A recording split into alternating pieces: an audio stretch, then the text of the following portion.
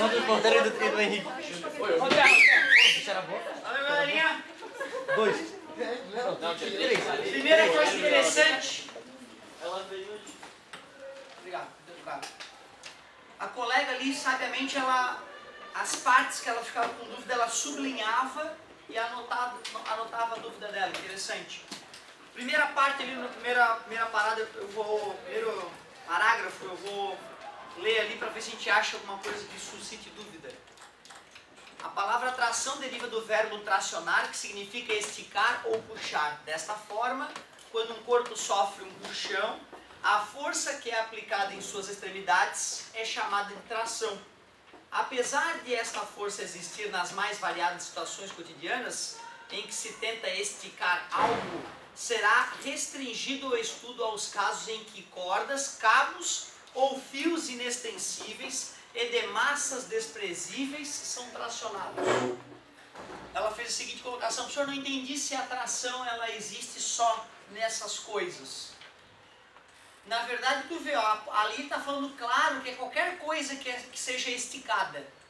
Então não precisa ser só os fios e cabos, pode ser o apagador de madeira, ó. Vou girar uma tração nele, ó. É o contrário de compressão. Compressão é quando a gente espreme algo, tração é quando a gente estica algo.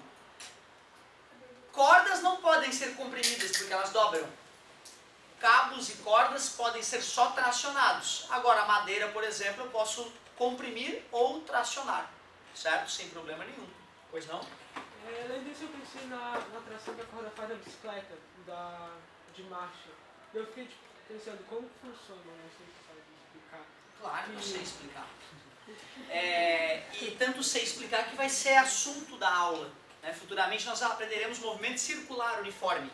E aí nós tem uma questão que vai cair justamente sobre bicicleta. Qual é a situação em que o cara quanto vai aumentar a velocidade? Ou qual vai, assim, ó, essa é a questão. Um sujeito tem uma bicicleta de coroa 30 centímetros de diâmetro. Roda traseira 50 centímetros de diâmetro. Catraca traseira 10 centímetros. Sabendo que ele dá 2 pedaladas por minuto, calcule a velocidade. Tu vai saber fazer essa conta toda depois das aulas. Muito legal, né, cara? A força dele também, ou quem faz não. Não é necessário, se eu já digo quantas pedaladas ele dá, eu já consigo determinar a força que velocidade. ele dá na pedalada muda a velocidade. Porque a pedalada está conectada com a roda traseira por uma corrente que está encostada no chão. Ou seja, o quanto tu gira o pedal é o quanto a bicicleta vai andar. Por isso que nessa situação eu não precisaria falar força, por incrível que pareça. Certo? Bacana a colocação. Então vai ter que aguardar um pouquinho ou, né, assistir as aulas do ano passado que já estão na internet. Né, ou ir atrás por conta própria, mas infelizmente se eu fosse explicar a bicicleta agora, eu teria que mudar totalmente o rumo da aula, mas interessante a tua colocação. Eu não entendi ali de massa desprezível. Ele está falando que a massa é desprezível, porque quando eu pego uma corda e penduro ela no teto, e depois penduro um objeto nessa corda, um objeto de 20 quilos, 200 newtons, portanto, se a corda tivesse massa, eu teria que dar a massa da corda para a gente poder dizer qual é a força atuando em cada ponto da corda. E cada ponto da corda ia ter uma tração diferente. Porque quanto mais para baixo eu vou, mais corda eu tenho. O que tornaria o problema muito mais difícil. Por isso que a gente só considera o peso das cordas e cabos no curso superior. Ou seja, se eu fosse analisar essa corda, eu perceberia que ela está sendo puxada com 200 newtons para baixo. E, portanto, já que ela está parada, tem 200 newtons para cima. Essa força que é chamada de força de tração. Se a corda tivesse massa, ficaria muito mais complexo resolver esse problema. E quando faz como fosse uma coisa muito pesada, está amarrado com um cabo no carro e tem alta velocidade, vai uma curva, vai ter mais força puxando o carro? Boa pergunta, aí é que tá, olha só, se está rebocando alguém, vai fazer uma curva, a primeira pergunta que deveria ser feita, este alguém que está sendo rebocado pela curva vai escapar da curva e vai começar a puxar o carro para fora da curva também? Ou ele está só sendo rebocado, certo? Esse seria um aspecto importante, eu precisaria de vários dados para poder te responder isso. Via de regra, ao fazer a curva, a tração do cabo vai ter que aumentar, porque além de puxá-lo para manter a sua velocidade, tu vai ter que direcioná-lo para fazer a curva, né? Mas isso é mais gritante se, por exemplo, estivesse arrastando alguma coisa. Se essa coisa tem rodas, por exemplo, um segundo carro sendo rebocado, a força de tração na curva não seria muito maior. Se, por exemplo, um carro consegue chegar a 250 km por hora, aí ele está rebocando um carro que não chega a 120. Aí esse carro que chega a 250 rebocando, ele chega a 250. O outro carro também vai estar a 250 ou ele vai, sei lá, parar ou começar a quebrar para o carro voltar? Provavelmente, se o carro chegava a 250 de velocidade final, isso era com o atrito do ar só por si próprio. Quando o segundo carro está sendo rebocado, o ar vai se arrastar naquele segundo carro também. É pouco provável que ele atinja os 250. Mas vamos supor que ele atingisse 230. Se o cabo de aço que conecta os carros for suficientemente forte, não há problema do outro carro ser arrastado nessa velocidade, mesmo com o motor desligado. Certo? Sem problema nenhum. Show de bola, pois não. Aqui, como é que eu determino as forças que são aplicadas na corda e o nome delas? O nome é tração. Não, É disso que nós mas estamos falando, é disso que é a aula. Como é que eu determinei a força? Vamos pensar agora? A corda estava parada, portanto a força é, resultante é? Se o corpo era puxado pela terra com 200 newtons e está parado, é porque a corda está puxando o corpo para cima com 200 newtons. Como é o nome dessa força que a corda faz? Tração. Parabéns, tração. Muito atento. Tração. E já que a corda está sendo puxada pelo corpo para baixo com 200 newtons e está parada, já que a resultante é zero, qual é a força que atua nela para cima? 200. Então tu vê, a maneira como a gente calcula a força numa corda é só lembrando que quando um corpo está em equilíbrio, a força resultante é zero. Só isso. Tu vê, né? Um daqueles alunos top que nós temos no primeiro B, eu fiz um segundo desenho para ele. Eu peguei essa corda, tá vendo essa corda inteira? E eu cortei um pedacinho dessa corda aqui, ó, e desenhei esse pedacinho da corda ali. Aí eu falei, né, que tinha uma tração de 200 newtons para baixo e, portanto, uma tração... Aí pronto, né, cara? Aí o aluno, mesmo sendo muito bom, ficou todo confuso. Ele não admitiu aquilo. Pra ti tudo bem? Que aquele pedacinho de corda também está sendo esticado com 200 newtons num lado e 200 newtons no outro? Era só tu te colocar no lugar da corda, né? Se tu é um pedacinho da corda, não interessa onde é que tu tá. Se tu tá ali ou ali, qualquer pedacinho dessa corda está sendo esticado pela mesma força, né? 200 newtons no lado e 200 no outro. Mas se duas pessoas me pegam, me esticam pela perna e pelo braço, eu não vou sentir mais dor na minha perna e no meu braço? Como é que é? Se eu tenho duas pessoas me puxando, uma pegando pela mão e outra pela perna, Entendi. e eles me puxam, eu não vou sentir mais dor ou mais intensidade no braço e na perna, É bem possível. e no cruzamento, no meio. Porém, tu vê, né? Como nós estamos falando de tração, e tu raciocinou uma tração percorrendo o corpo da pessoa. Talvez tu esteja querendo raciocinar que mais dor significa mais tração. O que não é verdade. Não, mas tipo, dor falando de como se fosse força. Pois então, o problema é que o corpo humano ele é mais resistente nas pernas do que nos braços, então é natural que a dor seja maior nos braços do que nas pernas. Isso não indica que a força nas pernas seja menor do que nos braços, entendeu? A ilusão. Na barriga ele não sentiria Tipo, sendo ele puxado. sentia mais no braço e na perna e não no tronco. Pois então, o detalhe é que ele fez essa pergunta para tentar raciocinar da força que percorreria a pessoa, que nós estamos chamando a partir da aula de hoje de força de tração. Eu já estou querendo deixar claro que não importa onde a pessoa vai sentir mais dor. Né? E essa pergunta tem que ser feita para o professor de biologia. O professor de física ignora aonde a pessoa vai sentir mais dor. O professor de física sabe calcular a tração que vai atuar no corpo dele. E essa tração vai percorrer todo o corpo. Certo? Beleza? Mas bacana a colocação. O fato é que cada maldito pedaço de algo que está sendo tracionado é tracionado com a mesma força. E esta força é denominada tração. Nós não teremos uma técnica especial para calculá-la. Simplesmente que a força resultante é zero. Beleza? Show de bola. Ali embaixo, tinha uma outra parte que nós estamos ali embaixo. Deixa eu dar uma olhadinha qual foi para eu ler para ali. Essa parte aqui já foi? Ah, essa parte aqui já foi.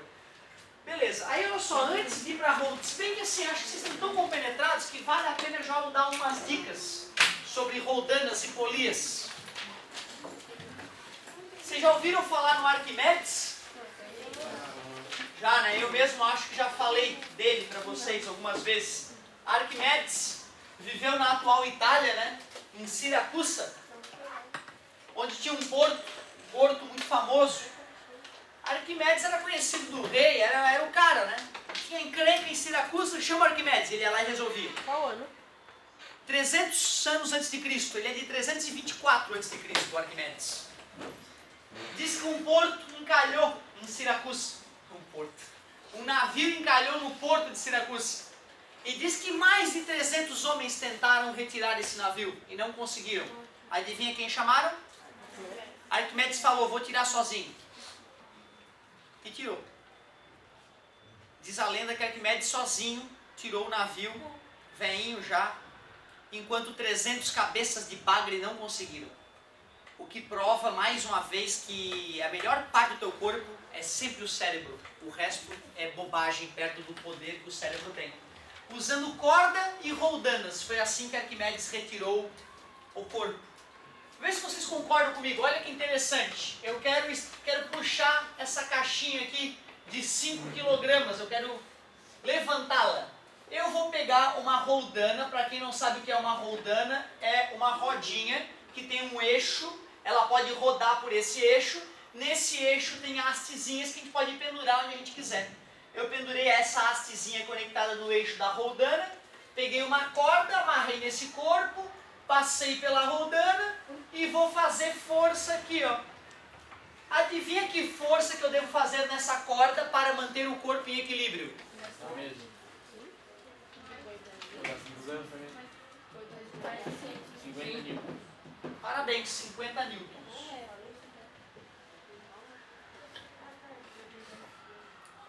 Cada pedaço dessa corda está sendo puxado por 50 newtons, não é? Cada maldito pedaço da corda está sendo tracionado por 50 newtons. Então, para equilibrar, eu tenho que fazer 50 newtons do lado de cá. O corpo fica paradinho. Uma perguntinha, não? Não? Vou pegar um pedacinho dessa corda aqui, tá? Se esse corpo tem 5 kg, peso igual a M vezes G, o corpo está sendo puxado pela terra por 50 newtons. Se esse corpo está amarrado na corda, a corda está sendo puxada para baixo com 50 newtons. Mas se esse pedaço de corda está parado, é porque ele está sendo puxado para cima. E aqui? E ali? E ali? Então vamos ver nessa ponta.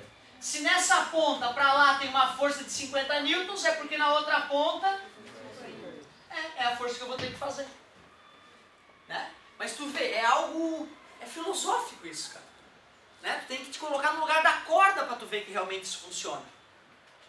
E claro, né, nós estamos usando isso há milhares e milhares de anos. É a maior prova de que isso funciona muito bem. Mas Arquimedes olhou para o teto e pensou, mas espera aí, deixa eu olhar o teto ali. Vamos fazer um diagrama de forças da roldana. Tem corda ali, não tem? Que força está atuando aqui? Tração 50 newtons. E ali? Tração 50 newtons. Mas se essa roldana não está caindo, é porque tem que ter uma força. De quanto, moça? Parabéns, 100 newtons. O teto se arromba, né? Porque corda só puxa, corda não empurra, né?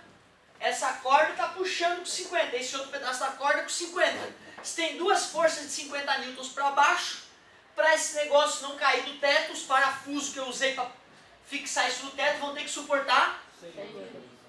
Tu vê, para erguer um corpo de 5 quilos, a força lá nos parafusos vão ser equivalente a 10 quilos. Claro, a força que o corpo está fazendo, mas a força que eu estou fazendo.